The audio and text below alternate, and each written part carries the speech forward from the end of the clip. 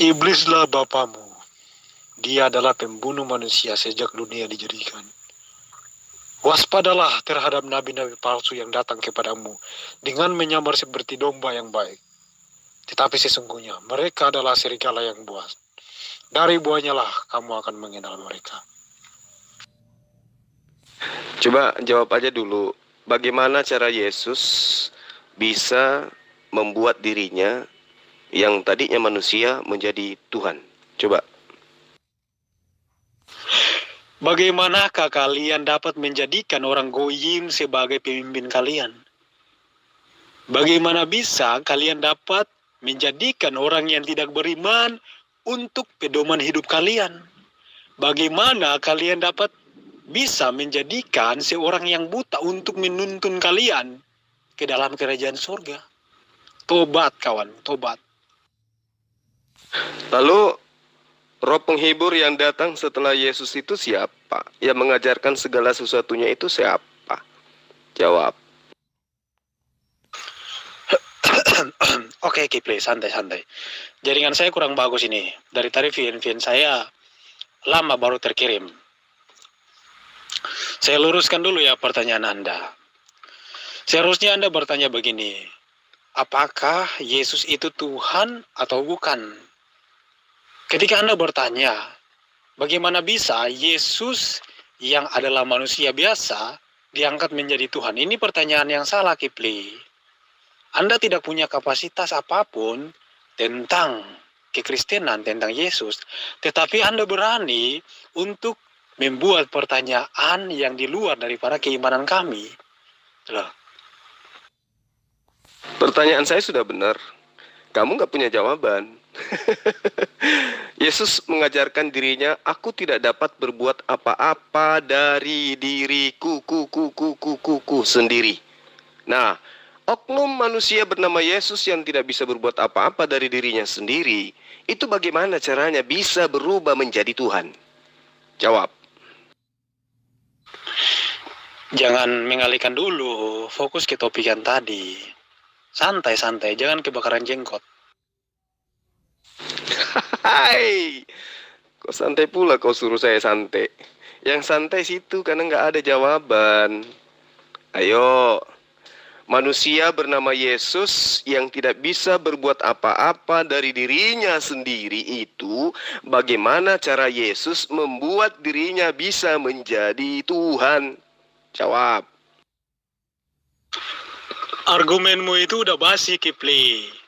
Saya pikir kamu semakin hari semakin berkembang ilmunya. Ternyata enggak ada perkembangan sama sekali. Oke, gini. Anda tahu nggak, Kipli? Dafar itu apa? Anda tahu nggak dafar itu apa? Bereshit hayah hadafar. Fe hadafar hayah imha Elohim.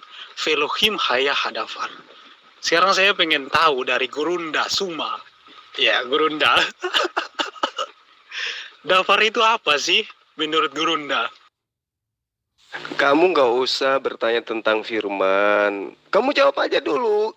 Kayak mana caranya seorang manusia bisa merubah dirinya menjadi pencipta alam semesta? Itu dulu yang kamu selesaikan. Monggo. Loh, makanya aku tanya, dafar itu menurut Kipli itu apa? Dafar menurut Gurunda Suma itu apa? Kalau Gurunda Suma nggak ngerti apa itu dafar, ya sama aja bohong itu loh.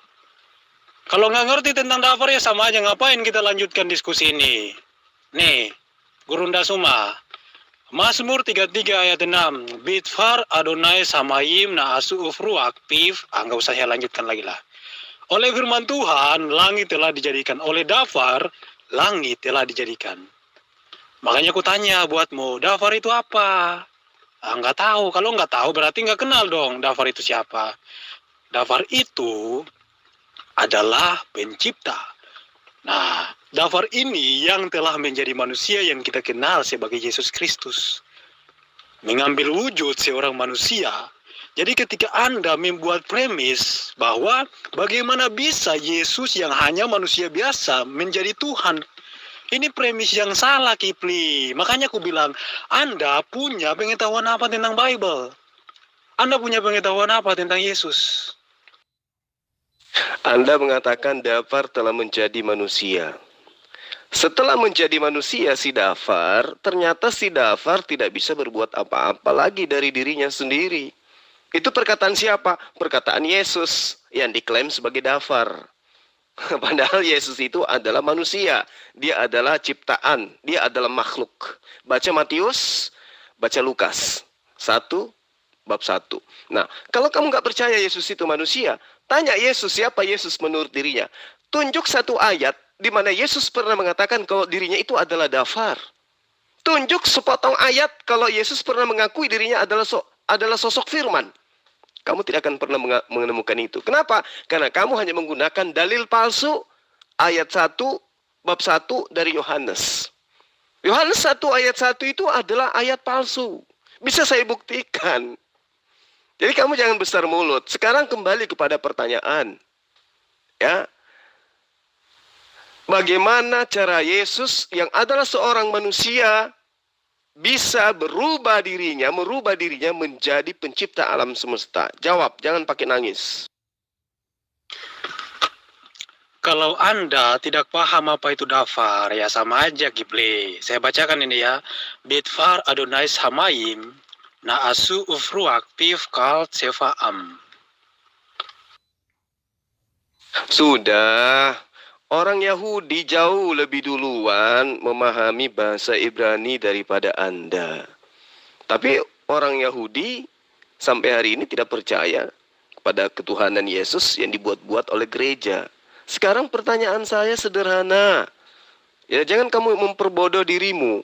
Bagaimana caranya Yesus yang adalah manusia yang tidak bisa berbuat apa-apa dari dirinya sendiri, mampu kemudian membuat dirinya menjadi pencipta alam semesta? Ini aja dulu. Jawab. Silakan. Oke Kipli. Jadi Dafar itu adalah pencipta, ya. Garis bawahi ya. Di garis itu. Biar tambah ilmu kan. Dafar itu bagian daripada Elohim, ya. Dafar itu bagian daripada Elohim. Nah, ketika Anda membuat premis bahwa Yohanes 1 ayat 1 itu adalah ayat palsu, karena ditulis oleh Rasul Yohanes, murid Yesus secara langsung, yang hidup 3 tahun dan diajarkan oleh Yesus. Dan kamu katakan bahwa tulisannya, apa yang dia katakan itu palsu, maka saya katakan juga bahwa Quranmu 100% palsu, karena Quranmu bukan ditulis oleh Allah Subhanahu wa Ta'ala, tetapi ditulis oleh manusia, yaitu Muhammad. Rasul Yohanes adalah utusan Yesus. Muhammad pun adalah utusan Allah, dan kamu percaya Quran. Coba cuci mukamu itu loh. Cuci mukamu itu dulu, baru diskusi kawan. Nah, kemudian ketika Anda membahas tentang Bible, Anda menggugurkan ketuhanan Yesus dengan Anda memberikan dalil. Yesus tidak dapat berbuat apa-apa dari dirinya sendiri. Padahal Anda tidak melihat kontekstual daripada ayat itu. Ayat itu tentang apa? Nah, Anda nggak tahu konteks ayat itu tentang apa. Padahal di situ Yesus menjelaskan tentang penghakiman. Bahkan Yesus berkata, Bapa tidak menghakimi siapapun, melainkan dia telah menyerahkan seluruh penghakiman itu kepada sang anak. Yesus tidak dapat berbuat apa-apa dari dirinya sendiri. Ketika Kipli menolak dia sebagai juru selamat, sang Mosia, maka Yesus tidak dapat berbuat apa-apa dari dirinya sendiri untuk memasukkan Kipli ke dalam kerajaan sorga. Gitu loh. Jadi Kipli harus memahami Alkitab sesuai dengan konteks. Kalau Anda baca perjanjian lama, dikatakan Shema Adonai Elohim Adonai Echad. Tuhan itu Allah kita, Tuhan itu Esa. Gitu. Yesus berkata di dalam Yohanes 10 ayat 30, Ani Vehaaf Echad Anaknu. Aku dan Bapa adalah Echad, satu. Nah, Dafar bagian daripada Elohim. Makanya Rasul Yohanes, murid Yesus, ya, dengan jelas mengatakan, Beresid hayah hadafar, ve hadafar hayah imha Elohim, ve Elohim hayah hadafar. Di ayat ke-14-nya dikatakan, Hadafar nihya basar vehakan betokenu. Artinya firman itu telah menjadi manusia. Jadi dari awal premis saya dari kitab Mazmur, Dafar itu siapa? Dafar itu adalah pencipta. Rasul Yohanes dengan jelas mengatakan, Yesus adalah Dafar yang telah menjadi manusia. Nah, apa landasan orang Kristen untuk mengatakan bahwa Yesus adalah pencipta? Yesus adalah Tuhan. Loh, memang dia dari sananya sudah Tuhan kok. Dia dari sananya sudah Allah kok. Dia dari sananya sudah Yod-Heh-Vav-He. Di dalam Mazmur 43 ayat 11 dikatakan, Anoki mibal adai. Anoki ve'en mibal adai mosia. Akulah Tuhan, tidak ada juru selamat selain daripadaku. Yesus datang sebagai mosia, sebagai juru selamat. Jangan menutup mata, kawan. Jangan menutup mata. Apakah Yesus bukan Tuhan? Loh, bukannya di dalam perjanjian lama mengatakan Mosia itu adalah Yod-Heh-Vav-He? Bukankah begitu? Kamu memutar lidahmu. Ya, seakan-akan setelah kamu mampu membaca Hebrew, kamu ingin memproklamirkan manusia bernama Yesus itu adalah Tuhannya Bani Israel. Sementara Bani Israel mengerti Dafar itu apa. Dan mengerti ciptaan itu apa, Yesus itu apa. Orang-orang Israel, para praktisi Yudaism, paham Dafar itu apa, paham Yesus itu apa, paham manusia itu apa, ciptaan itu apa, makhluk itu apa, Dafar itu apa. Ken yihye debari aser yisemipi lo yesub elai rekam. Lalu Allah mengatakan kepada dirinya, Kiem asa et aser hapasti. Ya. Penekanannya jelas. Wahisli aser salati. Nah, Allah memproklamirkan dirinya tentang Dafarnya. Bahwa segala yang dicipta oleh Allah berasal dari perkataan Allah yang terlontar dari lisannya. Jadi Yesus itu terlontar bukan dari mulut Allah. Yesus itu terlontar dari mulut rahim manusia bernama Maria. Jadi kamu menyalahi kodrat konsekuensi daripada konsep ilahiyah yang diajarkan oleh para nabi dalam kitabnya Bani Israel. Kamu boleh saja mengaku, kamu boleh saja mengatakan bahwa kitabnya Bani Israel menerangkan bagaimana kemudian Allah mencipta dan segala ciptaannya itu berasal dari firman. Anda boleh mengajarkan itu. Bagaimana kemudian Allah kepada Bani Israel, kepada Daud menerangkan bahwa segala sesuatu dicipta itu berasal dari perkataan kehendak Allah. Ya, siddateka ke harre el mistateka tehom rabba adam ubihama tuasia Yahweh atau Yod-Heh-Vav-He. Tidak ada masalah di situ. Ketika Allah menerangkan, aku mencipta, segala sesuatu dicipta dari firman. Tidak apa-apa. Islam juga mengakui itu. Ada kalamnya Allah. Kalamullah itu adalah sifat Allah. Kemampuan Allah untuk mencipta dengan cara berkata. Makanya Allah selalu mengatakan berfirman. Kenapa dia mengatakan begitu? Karena ketika dia ingin menciptakan sesuatu, dia senantiasa selalu berfirman. Jadi dikatakan segala sesuatu itu tercipta dari kehendak Allah atau firman Allah. Bagaimana dengan Yesus? Dari mana Yesus ini tercipta? Dari kehendak Allah. Maka ketika Anda mengatakan Yohanes 1 ayat 1, itu sudah jelas. Praktisi Yerusalem, yang hidup di Yerusalem, yang meneliti tentang gospel, itu dengan terang mengatakan bahwa Yohanes 1 ayat 1 itu adalah ayat palsu. Ya, jejak digital itu nggak bisa dibohongi. Itu fakta yang harus kamu terima. Makanya muncul pertanyaan, Yesus yang adalah makhluk ciptaan yang diantar informasinya Gabriel kepada Maria, yang tidak mampu berbuat apa-apa dari dirinya sendiri, bahkan tidak bisa berkata-kata dari dirinya sendiri, menjadi pencipta alam semesta itu kayak mana caranya, bro? Jawab dong. Sederhana, kamu jangan melilit lidahmu dengan bahasa Hebrew, nggak perlu itu, nggak penting. Sekarang kita ini harus memahami konsep Hebrew dalam arti kata bahasa sakral untuk kitabnya Bani Israel didudukkan sebagai apa dengan konsep pagan yang kemudian melantik Yesus menjadi Tuhan. Pahami itu, ya. Jadi kamu sedang berdebat dengan orang yang paham konsep. Silakan. Oke, Kipli. Jadi Dafar itu adalah pencipta, ya. Garis bawahi ya. Garis, di garis itu. Biar tambah ilmu kan.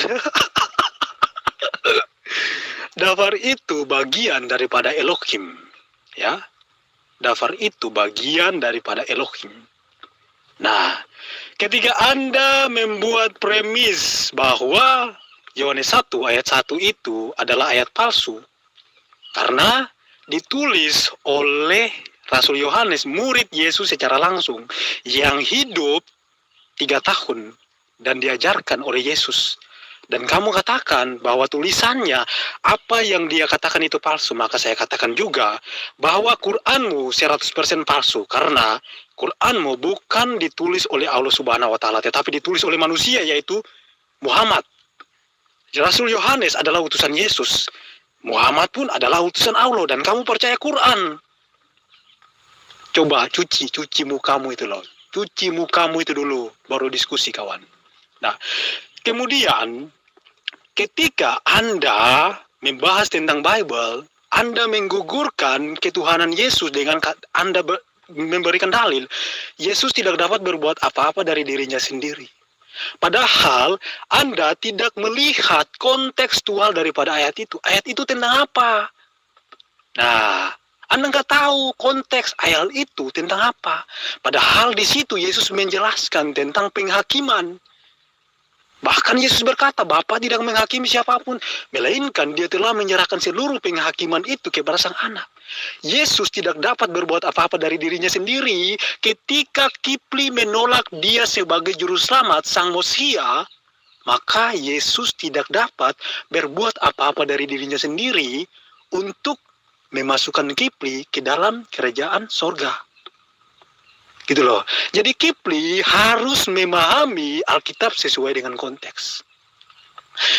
Kalau Anda baca perjanjian lama, dikatakan Shema Adonai Elohim Adonai Echad. Tuhan itu Allah kita, Tuhan itu Esa. Gitu.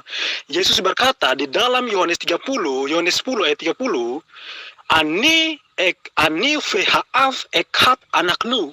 Aku dan Bapa adalah Echad, satu.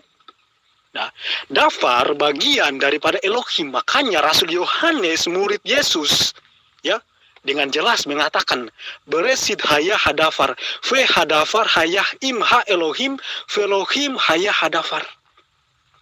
Di ayat ke-14-nya dikatakan hadafar nihya basar fehakan betokenu. Artinya firman itu telah menjadi manusia. Jadi dari awal premis saya dari kitab Mazmur, Dafar itu siapa? Dafar itu adalah pencipta. Rasul Yohanes dengan jelas mengatakan Yesus adalah Dafar yang telah menjadi manusia. Nah, apa landasan orang Kristen untuk mengatakan bahwa Yesus adalah pencipta? Yesus adalah Tuhan loh. Memang dia dari sananya sudah Tuhan kok. Dia dari sananya sudah Allah kok. Dia dari sananya sudah Yod-Heh-Vav-He. Di dalam Mazmur 43 ayat 11 dikatakan Anoki mibal adai Anoki ve'en mibal adai Mosia. Akulah Tuhan, tidak ada juru selamat selain daripadaku. Yesus datang sebagai Mosia, sebagai juru selamat. Jangan menutup mata kawan, jangan menutup mata. Apakah Yesus bukan Tuhan? Loh, bukannya di dalam perjanjian lama mengatakan Mosia itu adalah Yod-Heh-Vav-He? Bukankah begitu? Ken Hasem Debari Aser Yesemipi Lo Yasub Ela Yurqam Ki Am Asa Et Aser Hapasi Wahisli Aser Selati. Jadi Allah menerangkan kalau dia hendak mencipta, itu cukup dengan berfirman. Makanya segala ciptaan itu berasal dari firman Allah. Nah, sekarang Yesus itu berasal dari mana Yesus itu? Ayo. Yesus itu punya asal enggak? Ini secara logika sederhana aja dulu. Yohanes 14, kamu telusuri di situ. Bagaimana pernyataan Yesus kemudian? Aku datang bukan atas kehendakku sendiri. Sebelum Yesus mengatakan itu, dia berupa bayi. Sebelum berupa bayi, dia orok.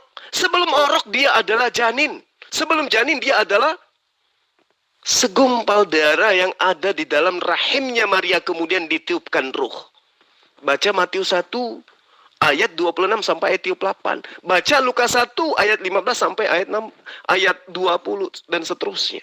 Bagaimana kemudian Gabriel datang menyatakan diri kepada Maria, engkau akan hamil. Bagaimana mungkin aku hamil? Aku belum pernah disentuh oleh seorang laki-laki. Allah yang menghendaki. Kamu akan melahirkan sosok anak bernama Yesus. Apa yang terjadi di situ? Sudah ada Yesus? Belum. Yang ada di situ adalah penyampaian malaikat sampai kepada Maria. Apa yang disampaikan? Dabar. Apa itu? Kemampuan Allah untuk berkata, dan perkataannya tidak akan kembali kepada dirinya sebelum perkataan itu tercipta, terwujud seperti apa yang dia mau. Pencipta Maha Kuasa. Nah, sekarang itu adalah pernyataan yang tidak bisa Anda ganggu gugat di situ. Nah, kalau Anda mengatakan Yesus itu adalah dafar menjadi manusia, itu tidak masalah. Nah, sekarang pernyataannya kemudian adalah bagaimana Yesus yang adalah ciptaan yang berasal dari dafar itu bisa menciptakan dirinya menjadi pencipta alam semesta. Ini berat memang, berat. Ya. Seluruh pendeta kamu kumpulkan di dunia, suruh jawab pertanyaan saya ini, tidak akan pernah bisa mereka mampu jawab. Kenapa? Karena memang Yesus itu adalah manusia biasa yang hanya dikaruniai wahyu untuk disampaikan kepada Bani Israel. Pahami itu.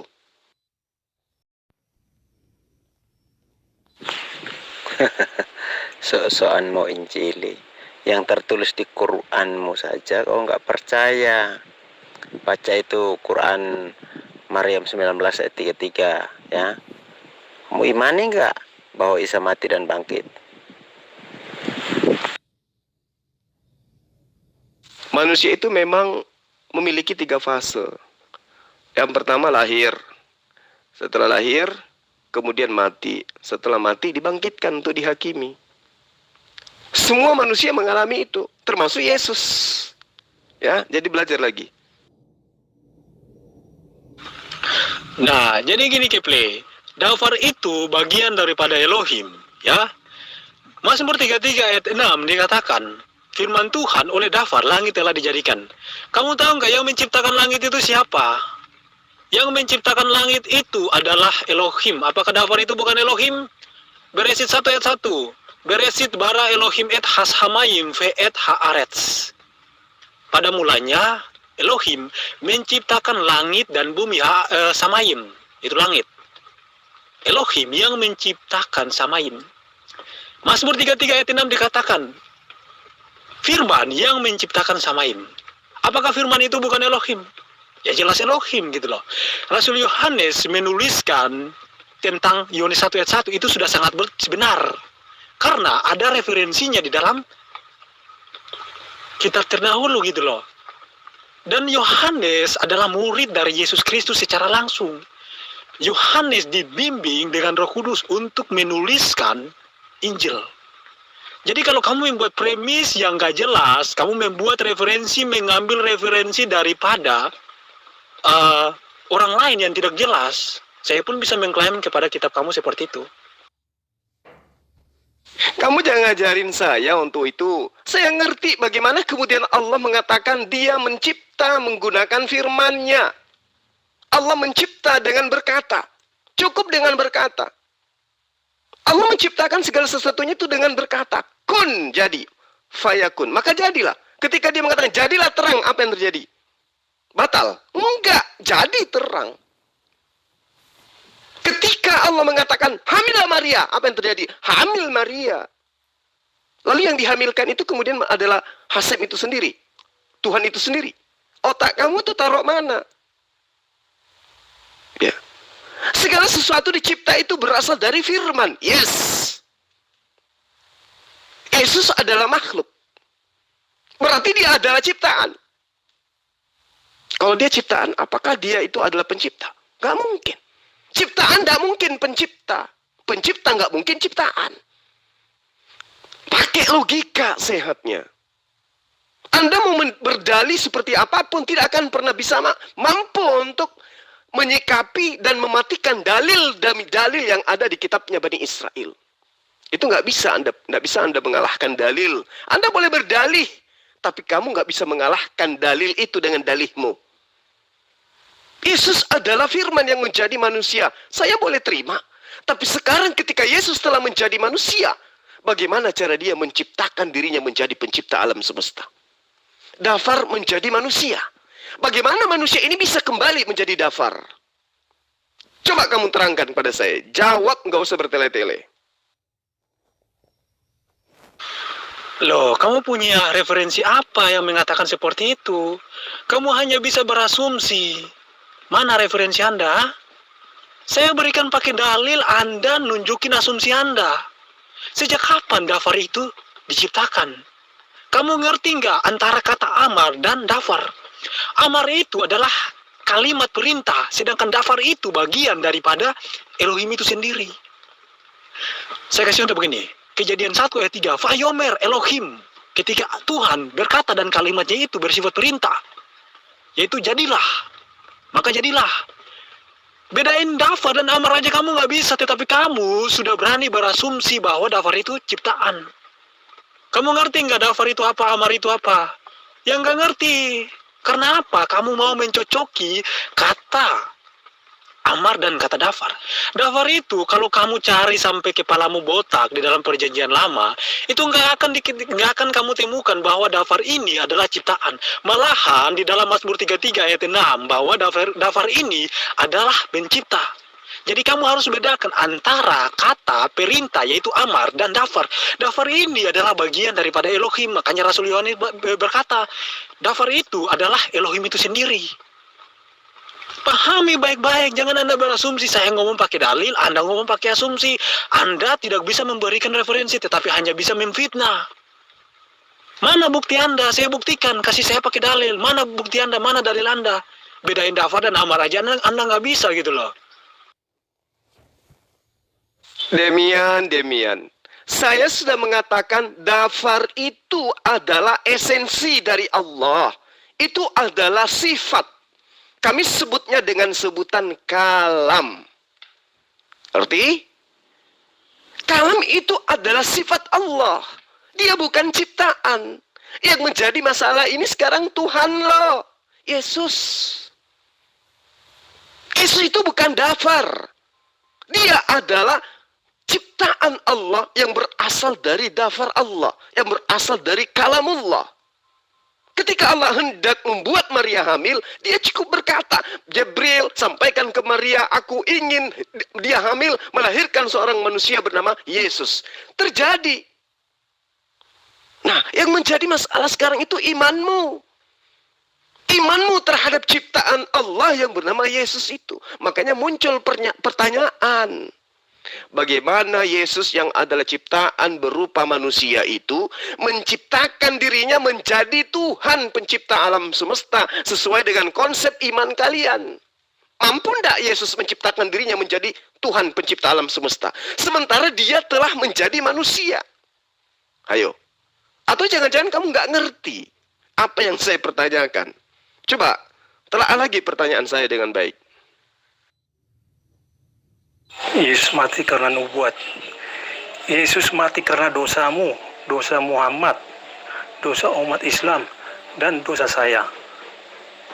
Dia mati terkutuk oleh karena kutuk Anda, kutuk Muhammad, kutuk saya. Amin. Ajaran dongeng seperti itu nggak perlu kamu utarakan di sini. Sekarang saya minta kamu bantu saudara Demian. Bagaimana cara Yesus membuat dirinya menjadi pencipta alam semesta? Karena ketika dia menjadi manusia, dia tidak mampu berbuat apa-apa. Dia tidak berkata dari dirinya sendiri. Itu pernyataan Yesus. Yohanes 12 ayat 49. Yohanes 5 ayat 30. Nggak bisa berbuat apa-apa, nggak bisa berkata apa-apa dari dirinya sendiri. Bahkan dia tidak tahu kapan kiamat itu terjadi. Bahkan Yesus itu diberi kekuatan oleh malaikat. Dia ketakutan. Dan bahkan konsep gereja mengatakan Yesus 100% manusia. Sekarang saya ingin tahu dari kalian, sahabat-sahabat Kristenku yang ada di sini. Bagaimana cara Yesus yang 100% manusia itu menjadikan dirinya menjadi Tuhan 100%? Jawab. Paulus mati karena dibunuh, bukan karena bunuh-membunuh. Perbedaannya beda ya. Muhammad mati karena bunuh-membunuh, artinya berperang. Paulus mati karena dibunuh, karena melakukan kebenaran. Ini sangat berbeda. Jadi perbedaan Muhammad dengan Paulus, Paulus karena dibunuh karena kebenaran. Muhammad dibunuh karena berperang, yaitu bunuh-membunuh. Ya, konsekuensinya harus diterima. Kalau membunuh harus dibunuh. Dia harus terima itu. Kalau Paulus dibunuh karena melakukan kebenaran, bukan karena berperang dia. Jadi beda. Kamu salah. Yang mati diracun itu Yesus. Kamu lupa apa yang diminum Yesus, ya, sebelum dia mati di tiang salib. Kamu lupa ya? Seluruh nabi menubuatkan tentang diri Yesus. Menubuatkan tentang diri Yesus. Coba tunjukkan di mana tertulis di Mazmur dan kitab Taurat ketika pengarang kitab Lukas menerangkan, ya, di dalam Lukas 4:4 bahwa Yesus itu berkata, ada tertulis di dalam Taurat dan Mazmur bahwa aku akan mati, bangkit hari ketiga di antara orang mati. Coba di Mazmur berapa, di Taurat mana tertulis nubuatan itu? Karena saya telah mencari bolak-balik di gospel, saya tidak pernah saya tidak pernah menemukan ada tulisan seperti yang dikatakan oleh pengarang Lukas tersebut. Tunjuk Lukas 44 ayat 44, Lukas 24 ayat 44 sampai ayat 46. Di situ Yesus konon dikatakan, aku berkata kepadamu bahwa ada tertulis tentang aku, bahwa aku akan mati dan bangkit pada hari ketiga. Coba, di mana tertulis di Mazmur itu? Silakan.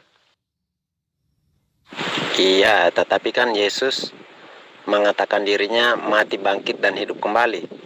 Ya. Tetapi kalian tidak percaya bahwa Yesus mati bangkit. Kalian bilang diserupakan. Yesus mengatakan dirinya mati dan bangkit itu tidak salah. Karena memang semua manusia akan mengalami hal itu. Mati, bangkit. Hidup, mati, hidup, mati, kemudian hidup lagi. Itu adalah fase di mana akan kita lalui semua. Itu juga akan dilalui oleh Yesus. Yang menjadi masalah sekarang adalah konsep kalian. Yang mengatakan Yesus itu mati, kemudian bangkit pada hari ketiga. Nah, pertanyaan saya kemudian adalah, ya, siapa yang menunggu detik-detik kebangkitan Yesus dari alam kubur? Dari baring, duduk, berdiri, dan berjalan. Adakah yang menyaksikan itu? Coba Anda terangkan. Lah, berarti Anda nggak tahu dong apa itu amar dan apa itu dafar. Anda nggak tahu. Wajar-wajar saja ketika Anda berasumsi tanpa tujuan yang jelas. Tuhan berfirman dan kalimatnya itu bersifat perintah, itu bukan dafar. Kipli, dengar. Dengar baik-baik. Tuhan berfirman dan kalimatnya itu bersifat perintah, itu bukan dafar. Mau saya ulang berapa kali, Kipli? Bedain dafar dan amar aja kamu nggak bisa. Dafar itu bagian daripada Elohim, sedangkan amar itu adalah ketika Tuhan mengucapkan kalimat perintah seperti Vayomer, jadilah terang. Jadilah pagi, itu Vayomer, bukan Fadafar. Bedain Vayomer dan Dafar aja kamu nggak bisa gitu loh. Kamu cocokin kata Vayomer dan Fadafar seakan-akan itu sama. Seakan-akan ketika Tuhan berkata dan kalimatnya itu bersifat perintah dan kamu katakan itu adalah Dafar, berarti matahari itu adalah Dafar. Manusia adalah dafar, padahal nggak ada kata dafar di situ. Kata di situ yang digunakan adalah vayomer. Kalimat perintah ketika Tuhan berfirman. Kalimat perintah, vayomer. Kalau dafar itu bagian daripada Elohim, makanya segala sesuatu dijadikan oleh dia. Dan tanpa dia tidak ada sesuatu pun yang telah jadi. Dafar itu adalah bagian daripada Elohim, beda sama Amar. Yang kamu terangkan itu adalah Amar, makanya kamu cocok logi dan mengatakan bahwa kita pun adalah dafar, padahal kita ini bukan dafar. Kamu bilang matahari, ciptaan, segala ciptaan adalah dafar, padahal kata yang digunakan di situ adalah vayomer, pakai kata Amar gitu loh. Nggak ngerti kan, hanya bisa berasumsi. Inikah kualitas Gurunda Suma gitu loh, hanya bisa berasumsi padahal dia nggak ngerti dafar itu apa dan Amar itu apa. Gitu loh, pahami baik-baik kawan. Nah, terus kemudian ketika kamu katakan bahwa Yesus dilahirkan, maka Yesus itu ciptaan. Dalam Kejadian 2 ayat 3, Tuhan itu telah berhenti daripada penciptaannya setelah hari ke-6. Dia telah berhenti dari segala penciptaannya. Apa yang dia sudah ciptakan itu berkembang biak. Bukan dia ciptakan, dan dia ciptakan lagi. Di dalam kandungan dia ciptakan, begini dia ciptakan. Enggak, Tuhan Kristen itu bukan seperti itu. Dia hanya menciptakan Adam dan Hawa. Setelah itu, Adam dan Hawa memperanakan anak-anaknya, berkembang biak. Bukan dia ciptakan di dalam perut, begini-begini, seperti di penjelasan dalam Quran yang ngawur itu loh. Bukan seperti itu. Nah, Yesus lahir dari seorang wanita perawan, dan dalam Kejadian 2 ayat 3 dikatakan Tuhan itu tidak menciptakan lagi. Yesus lahir tanpa ada hubungan biologis. Semua manusia keturunan Adam lahir karena ada hubungan biologis, dan Yesus lahir tanpa adanya hubungan itu. Artinya Yesus bukanlah ciptaan. Yesus bukanlah ciptaan. Rasul Yohanes mengatakan dafar yang adalah bagian daripada Elohim itu telah menjadi manusia. Kenapa? Kenapa dia menjadi manusia? Karena kitab suci menjelaskan upah dosa adalah maut. Barang siapa yang sudah berdosa maka dia akan mati di dalam neraka. Nah, jadi karena untuk menyelamatkan manusia, makanya dafar bagian daripada Elohim ini datang ke dunia, ya, untuk menyelamatkan manusia. Ketika dia datang ke dalam dunia dan untuk menyelamatkan manusia dari dosa, si Kipli ini sudah berasumsi dan mengambil kemanusiaannya itu untuk menggugurkan sisi ketuhanannya. Padahal dia lupa bahwa di dalam Yesaya 43 ayat 11, Anoki ve'en mi bal ada emosia. Akulah Tuhan, tidak ada juru selamat selain daripada aku. Dalam Islam yang dikenal sebagai Yahya atau Yohanes datang mendahului Tuhan. Nubuatannya di dalam kitab Yesaya. Saya pikir orang Islam semuanya tahu siapa itu Nabi Yahya. Nabi Yahya adalah seorang nabi yang mendahului Isa Al-Masih. Dalam nubuatan di dalam kitab Yesaya, ya, dikatakan bahwa Yahya akan mendahului Yotevave. Dia akan datang mendahului Mesias, yaitu Yotevave. Dan itu digenapi di dalam Yohanes 1. Gitu loh.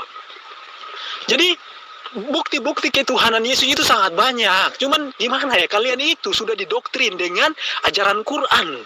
Kalian sudah didoktrin dengan ajaran baru, Tuhan baru, Nabi baru. Makanya kalian pun mempunyai pemahaman baru. Bedain kata Amar dan Dafar aja nggak bisa. Mengatakan bahwa kata Dafar itu ciptaan, padahal nggak punya referensi. Kata Amar aja dikiranya kata Dafar. Ketika Tuhan berfirman Vayomer, dia bilangnya kata Dafar, padahal di situ bukan kata Dafar. Di situ dikatakan Vayomer. Kata dasarnya adalah Amar, bukan Dafar. Ngawur ini. Gurunda Suma sangat ngawur banget, ngawur. Gak usah bertele-tele kamu. Saya ngerti Amar itu adalah bentuk kata perintah. Ngerti saya.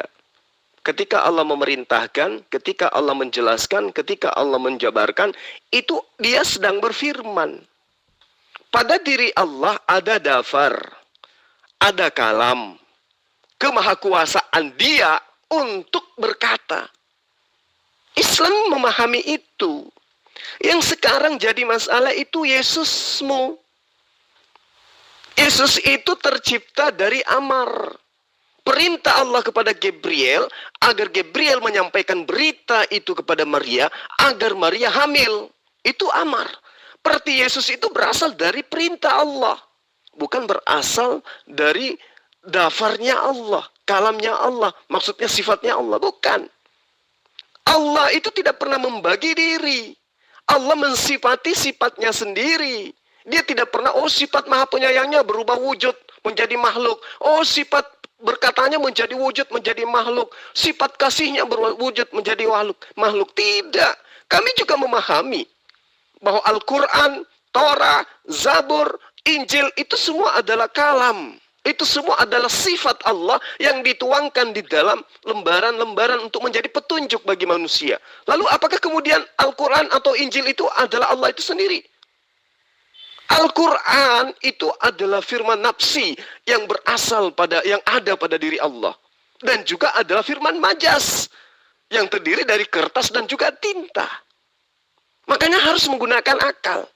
Yesus itu terdiri dari darah, daging, tulang, dan seterusnya. Apakah dia Allah? Apakah dia dafar? Apakah dia kalam? Tidak. Yesus 100% manusia. Tidak lebih. Nah sekarang, ketika Anda mengatakan dafar itu menjadi manusia, kayak mana manusia ini berubah menjadi dafar? Ayo, terangkan aja dulu di situ. Ya, bagaimana manusia Yesus itu berubah menjadi dafar? Jawab. Silakan. Loh, ngawur Kipli, ngawur, sangat ngawur.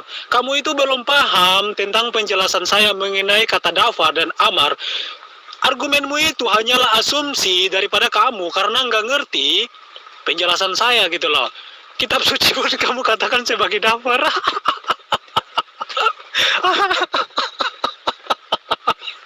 Aduh, sakit perutku. Gini Kipli, Vayomer itu adalah kata perintah, ya, kata untuk Tuhan berkomunikasi. Vayomer itu ketika Tuhan berkomunikasi, ketika Tuhan memerintahkan gitu loh. Kamu ngerti nggak? Jadi, ketika malaikat Gabriel, dia berbicara dengan Maria, ketika pakai kata Vayomer, artinya malaikat itu, dia sedang berkata begini, Maria, engkau akan mengandung. Walaupun engkau seorang wanita perawan, tetapi engkau akan mengandung, dan bayi itu dari Roh Kudus. Nah, itu sama aja seperti saya dan Kipli sedang berbicara sekarang. Kipli mendengarkan suara saya, dan saya mendengarkan suara Kipli. Ini namanya amar. Kata amar ini bukan hanya digunakan oleh Tuhan. Kata amar ini juga digunakan oleh manusia. Manusia ketika berkata, pun digunakan kata amar dalam bahasa Hebrew. Jadi pernyataanmu ini sangat ngawur kamu katakan. Kitab suci itu dafar, astaga. Astaga, sakit perutku. Kitab suci itu yang ditulis oleh manusia mengandung perkataan Tuhan, itu bukan dafar. Itu adalah amar. Manusia menulis amarnya Tuhan, perkataannya Tuhan yang bersifat perintah, larangan, dan sebagainya. Jadi kitab suci itu bukanlah dafar, tapi amar. Kipli, pahami, dengar baik-baik penjelasan saya. Biar kamu itu nggak ngawur, bikin sakit perut, tahu nggak? Nah, jadi dafar, saya udah jelasin sekali lagi, berkali-kali, dafar ini bagian daripada Elohim itu sendiri. Dafar ini adalah Elohim. Kamu cari sampai kepalamu botak di dalam perjanjian lama, nggak pernah kamu temukan dafar itu bersifat seperti amar. Dafar itu adalah ciptaan, nggak pernah. Dafar itu pencipta, benar nggak? Benar. Dafar itu Elohim nggak? Ya benar, Elohim. Dafar ini telah menjadi manusia? Ya benar, Rasul Yohanes murid Yesus menyampaikan hal yang sama. Gitu loh. Orang Yahudi, Targum Onkelos menyampaikan hal yang sama. Firman itu setara dengan Elohim. Gitu loh. Jadi, bukti-bukti ketuhanan Yesus itu, Kipli, itu tidak bisa terbantahkan oleh kalian karena kalian nggak ngerti siapa Yesus, kalian nggak ngerti apa yang Yesus ajarkan, kalian nggak ngerti Torah, kalian nggak ngerti Jabur, kalian nggak ngerti Injil. Kenapa? Karena pemahaman kalian itu hanya berlandaskan di Quran. Kita pakai pemahaman tentang Quran. Di dalam Quran menjelaskan penciptaan, misalkan menjelaskan tentang penciptaan, Adam diciptakan, setelah itu di dalam kandungan istri Adam yaitu Hawa mengandung, maka Tuhan ciptakan juga di dalam kandungan. Nah, ini kan penjelasan yang berbeda dengan di dalam Torah.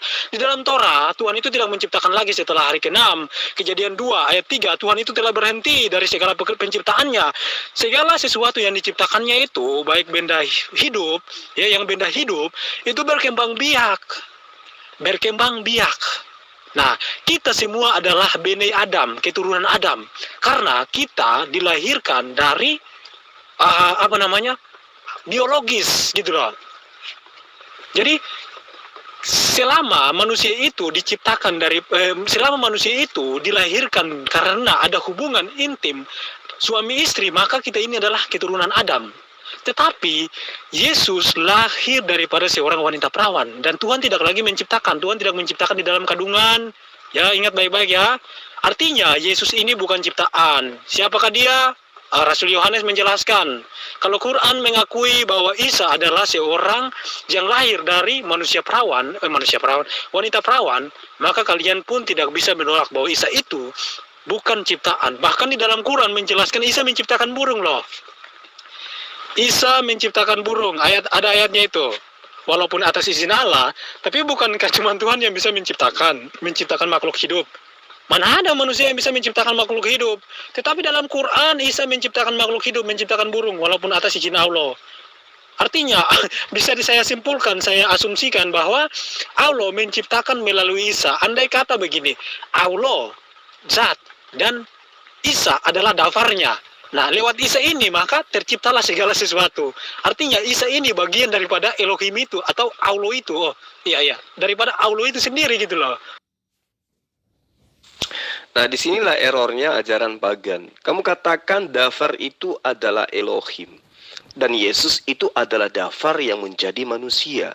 Berarti Elohim menjadi manusia. Ini konsep dari mana? Kalau bukan dari konsep politeisme, Anda dapatkan dari mana konsep itu? Ayo. Anda membuat sebuah konsep dengan mengatakan bahwa kitab suci Al-Quran itu bukan Dafar, bukan kalam. Nah, di sini kesesatannya. Anda menilai kitabnya Bani Ismail, Islam, itu dengan pemahaman politeisme. Ya, Anda menertawakan Al-Quran sebagai kalam, sebagai dafar. Tapi Anda lupa, di dalam diri Yesus itu ada kotoran, ada kencing, ada ada upil, dan seterusnya. Dan itu Anda katakan itu adalah Eloh yang menjelma menjadi manusia. Otak itu harus dipakai. Ya. Otak itu kudu wajib dipasang di kepala supaya bisa dipakai untuk berpikir. Al-Quran itu sebagai dafar, sebagai kalam. Maksudnya adalah apa yang tertuang di dalam Al-Quran itu adalah kehendak Allah. Apa yang Allah inginkan terhadap manusia agar berlaku, itulah kalamullah. Kamu harus paham di situ. Bagaimana dengan Yesus? Ketika dia datang, ya Bapa yang ada di surga katanya. Artinya Yesus itu adalah manusia yang berdoa. Dia bukan dafar. Kalau dafar, dia tidak mungkin berdoa. Gak mungkin berdoa. Allah tidak mungkin berdoa kepada dirinya. Gak mungkin. Apatah lagi Yesus itu adalah manusia 100%. Yang membuktikan dan mempraktekkan dan mencontohkan sekaligus kepada Bani Israel. Bagaimana kemudian dia menghambakan diri kepada Sang Pencipta. Bahkan dia menerima dafar dari Allah. Segala dafar yang engkau berikan kepadaku telah kusampaikan kepada mereka. Aku tidak dapat berkata-kata dari diriku sendiri. Sebagai dafar, bagaimana mungkin kemudian kalam Allah tidak bisa berkalam? Coba, bagaimana mungkin Allah, bagaimana mungkin pencipta alam semesta tidak bisa berkata-kata dari dirinya sendiri? Kalau Anda mengatakan, itu kan pada saat dia menjadi manusia. Nah, Anda telah menjawabnya. Kalau Yesus itu bukan dafar, dia itu adalah amar. Bentuk ya, yang kemudian menjadi makhluk akibat daripada adanya amar yang berasal dari damar. Begitu cara pahamnya. Allah memiliki kemampuan. Kemampuan Allah disebut sifat. Di antara sifat Allah adalah kemampuan memberikan instruksi. Kemampuan memberikan instruksi inilah yang berasal dari dafarnya Allah. Maria hamil. Apakah kemudian yang dihamilkan itu adalah Allah? Tidak. Ya, tidak. Sama ketika saya mengatakan, jadilah nasi. Maka nasi itu menjadi nasi. Apakah kemudian saya ini adalah nasi? Tidak. Wahai istriku, masaklah nasi, aku pingin makan. Nasi sudah jadi. Berasal dari perintahku. Apakah kemudian aku ini adalah nasi? Sama ketika kamu mengatakan, wahai monyet.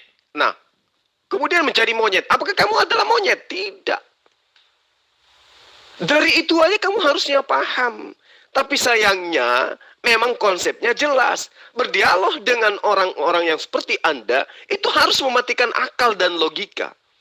Menjatuhkan harkat dan martabat manusia menjadi selevel dengan hewan. Kenapa? Karena tidak menggunakan akal. Itulah risikonya berdebat dengan Anda. Ya. Risiko berdebat dengan orang yang menganut ajaran politeisme ya gini. Saya harus menghilangkan akal juga supaya saya bisa ikuti irama Anda. Tetapi biar bagaimanapun sebagai saudara, saya harus menyadarkan saudara. Yesus itu bukan dafar. Yesus itu makhluk. Dia manusia. Itu pengakuan Yesus. Makanya saya bertanya kepada Anda. Yesus yang adalah manusia ini kembali menjadi dafar. Kembali menjadi Allah. Itu kayak mana caranya? Sedangkan berbicara saja, Yesus tidak mampu dari dirinya sendiri. Bagaimana mungkin kemudian dia memiliki kemampuan untuk merubah dirinya menjadi sang firman. Menjadi sang kalam. Menjadi sang Allah. Sang Tuhan. Pakai akal. Ya. Gunakan itu batok kepala yang diberikan oleh Allah.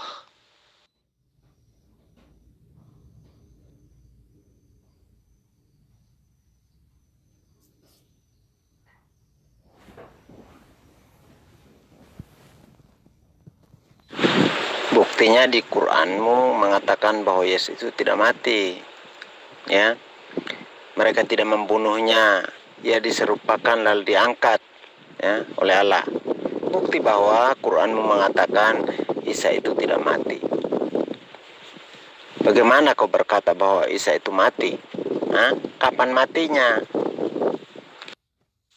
Saudaraku, Al-Quran memang menerangkan seperti itu.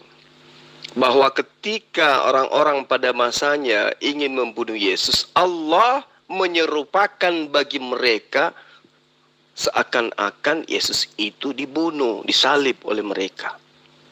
Allah menyerupakan bagi mereka, bukan bagi kamu, bukan bagi saya, tapi bagi mereka orang-orang yang menyalib Yesus.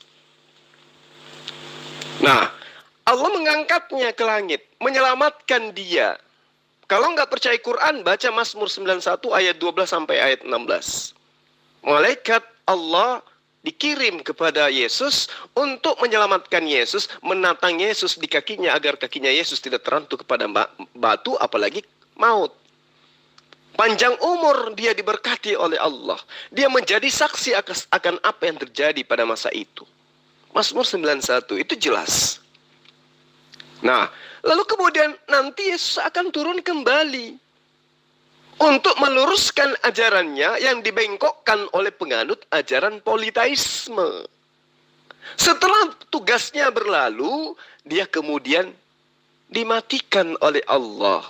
Semua makhluk akan dimatikan, termasuk malaikat. Apalagi Yesus yang hanya manusia. Lalu kemudian setelahnya, semua kita akan dibangkitkan. Nah, saat itulah kemudian Yesus Tuhan kamu dibangkitkan oleh Allah Tuhanku. Paham tidak sampai situ?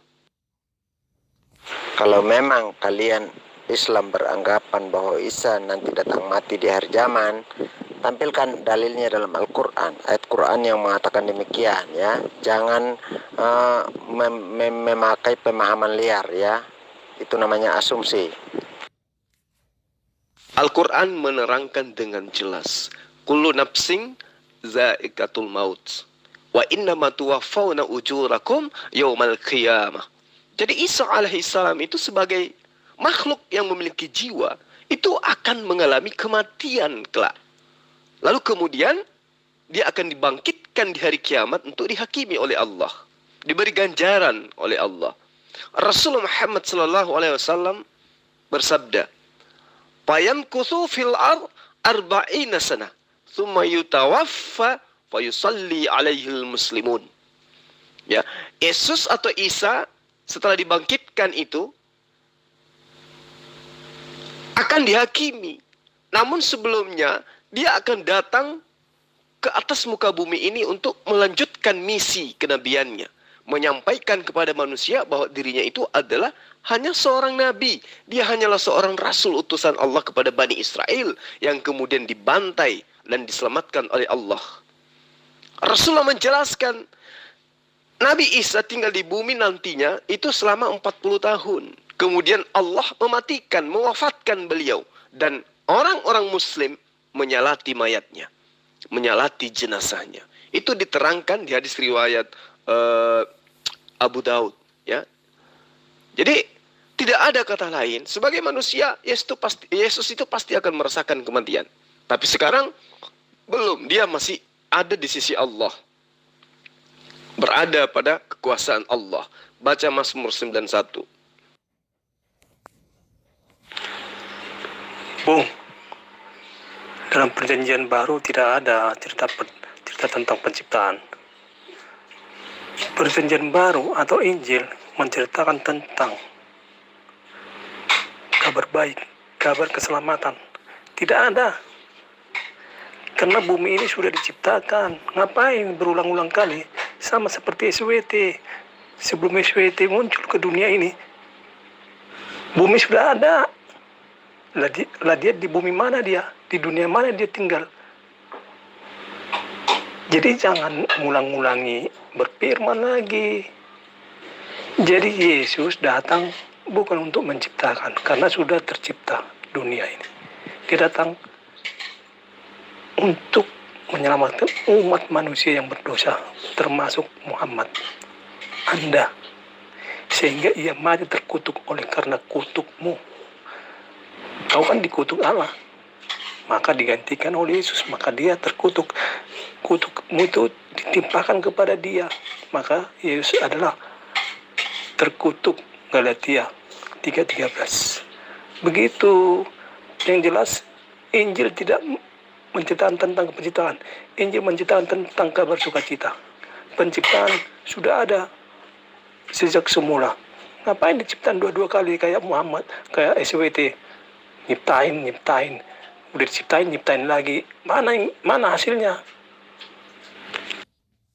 Setelah Tuhanmu itu berinkarnasi menjadi manusia, lalu bagaimana caranya Tuhanmu yang manusia itu berinkarnasi lagi menjadi pencipta alam semesta? Ini yang perlu kamu jawab. Silakan. Apa yang orang Islam pahami tentang Mesias? Apa yang orang Islam pahami tentang Mesias, ha? Mereka itu nggak kenal Mesias. Mesias yang digambarkan di dalam Quran itu berbeda dengan Mesias yang dijelaskan di dalam kitab para nabi. Jadi orang Islam ini mereka lucu ketika mereka menyamakan Mesias yang di dalam Alkitab dan Mesias yang ada di dalam Al-Quran. Nah, makanya ketika kita berdebat dengan mereka ini ngawur.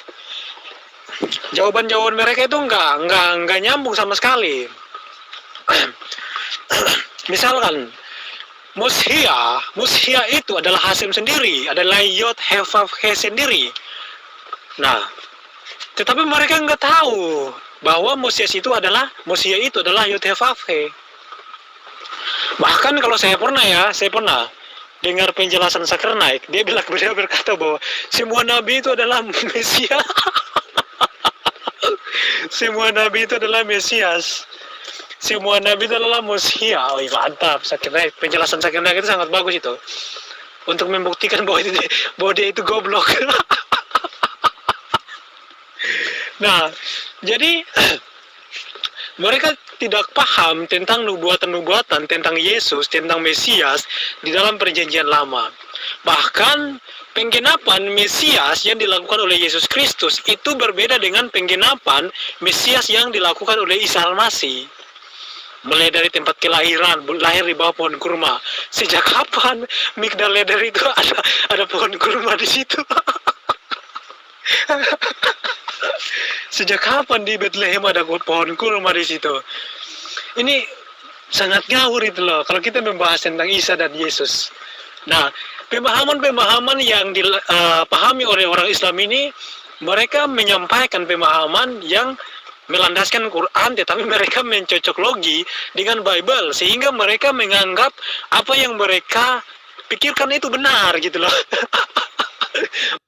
Kenapa jadi nangis? Kenapa larinya bahas Mesias? Halo? Kita sedang membahas ciptaan Allah bernama Yesus yang kamu asumsikan sebagai dafar. Jangan nangis dong, jawab dulu dong. Yesus kamu imani sebagai inkarnasi daripada Allah. Nah, Allah pencipta langit dan bumi, menurut imanmu berinkarnasi menjadi ciptaan berupa Yesus yang adalah dafar katanya. Politeisme kan ajarannya. Nah sekarang saya tanya samamu, bagaimana seorang Yesus yang adalah manusia, yang kamu katakan dafar tadi menjadi manusia, bagaimana Yesus itu kemudian menjadikan dirinya menjadi pencipta? Dia kan sudah menjadi manusia. Nah sekarang bagaimana manusia ini bisa menjadikan dirinya kembali menjadi pencipta? Jawab.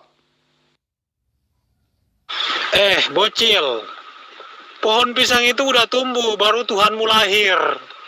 Pohon pisang udah ada dulu, baru Allah Subhanahu wa Ta'ala mulahir. Kau belajar sejarah enggak? Allah Subhanahu wa Ta'ala itu baru muncul pada abad ke-7 itu.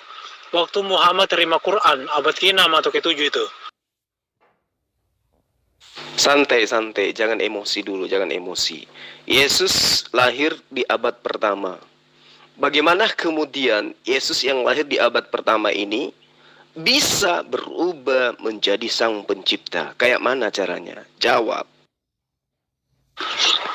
Kamu dibohongi itu deh. Siapa yang berani membohongi kamu itu? Nanti saya tabuk dia.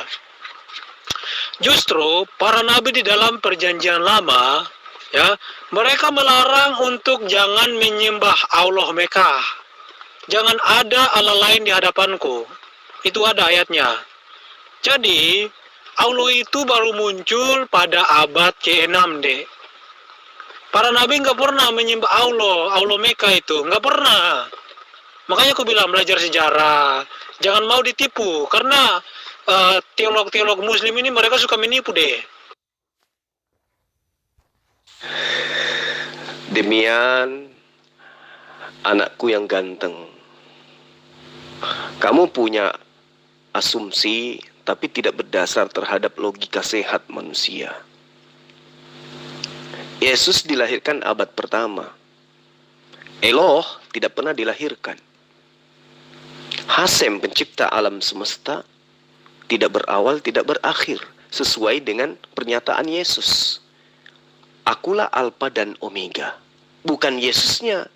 Karena ucapan Yesus itu adalah perintah Allah untuk Yesus sampaikan kepada manusia. Di ayat pertamanya, inilah wahyu Yesus Kristus yang dikaruniakan Allah kepadanya untuk disampaikan kepada hamba-hambanya. Kedua, aku tidak berkata-kata dari diriku sendiri. Apa yang aku katakan adalah apa yang diperintahkan oleh Allah untuk aku katakan, aku sampaikan. Berarti perkataan Yesus, Akulah Alfa dan Omega, itu adalah perkataan Allah yang disampaikan oleh Yesus agar manusia Bani Israel tahu bahwa Allah pencipta alam semesta yang mengutus Yesus itu tidak memiliki dialah yang awal dan dialah yang akhir. Gitu loh. Nah sekarang ketika Allah menerangkan tidak ada Tuhan selain Dia, Dialah satu-satunya Tuhan yang ada di langit maupun yang ada di bumi. Yesus punya kapling menjadi Tuhan di mana Dia? Elohim bashamayim mimma al-fi'al hasaret mitta cal'et of. Yesus di mana Dia menjadi Tuhan? Allah adalah Tuhan yang berkuasa di langit dan di bumi. Yesus di mana Dia berkuasa? Nggak ada. Maka muncul pertanyaan saya tadi yang saya nyatakan kepada Anda, ketika Yesus lahir di abad pertama dan Allah tidak pernah dilahirkan, Eloh tidak pernah dilahirkan, Allah tidak pernah dilahirkan. Sekarang bagaimana caranya manusia yang dilahirkan ini merubah diri menjadi pencipta alam semesta? Anda belum menjawab. Anda hanya lari ke dafar. Silakan. Oke, para sahabat-sahabat sekalian, karena dua debaters dari Kristen ya tidak mampu menunjukkan dalil bagaimana kemudian Yesus yang mereka imani 100% manusia itu berubah menjadi 100% Tuhan. Atau jangan 100% Tuhan deh, 1% Tuhan.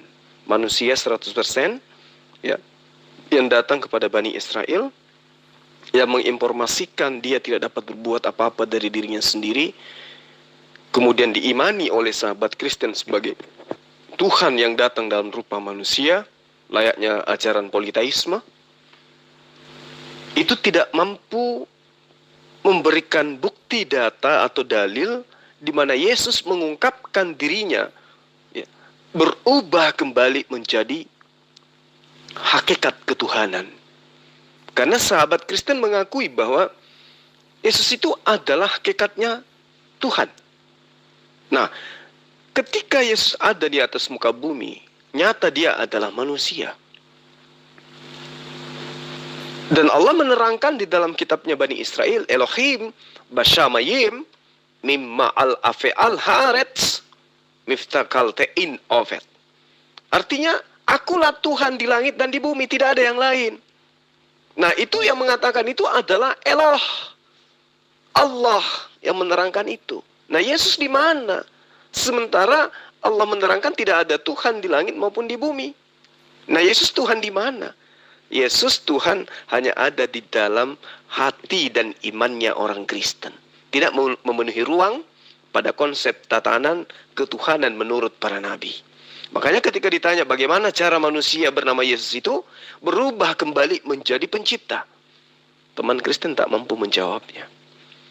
Jadi iman mereka itu ya iman buta. Karena tidak ada dasar pijakan. Hanya imani saja. Yesus itu adalah Tuhan yang datang dalam rupa manusia, kata iman mereka. Ketika ditanya bagaimana Yesus yang adalah manusia kembali dalam wujudnya sebagai Tuhan, pencipta alam semesta, mereka nggak mampu menunjukkan dalilnya. Kemarin malah ada yang mengatakan Yesus jasad dan raganya dan juga rohnya itu terangkat ke langit. Nah, bagaimana raganya itu sekarang? Kemana? Katanya hilang di bawah angin. Asumsi aja terus. Sampai ke langit pun Yesus hanya duduk di sebelah kanan Bapa menurut iman mereka. Nah, jadi sisi ketuhanannya mana? Yang tadinya 100% manusia, mana sisi manusianya? Kok bisa menjelma menjadi Tuhan kembali? Caranya kayak mana? Ada nggak dalil pendukungnya? Ternyata nggak ada, para sahabat-sahabat sekalian.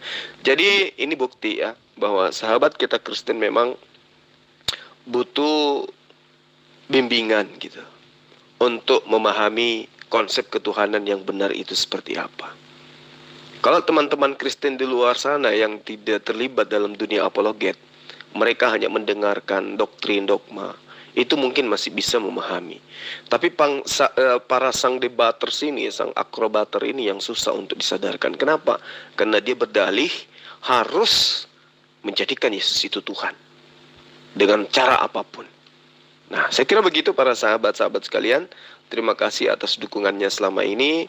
Insya Allah apa yang menjadi acuan kita di dalam menyampaikan sebuah kebenaran itu tidak lain dan tidak bukan adalah dalil-dalil yang kemudian menggugah perasaan manusia untuk kemudian menuju kepada Allah yang benar. Demikian, Assalamualaikum warahmatullahi wabarakatuh.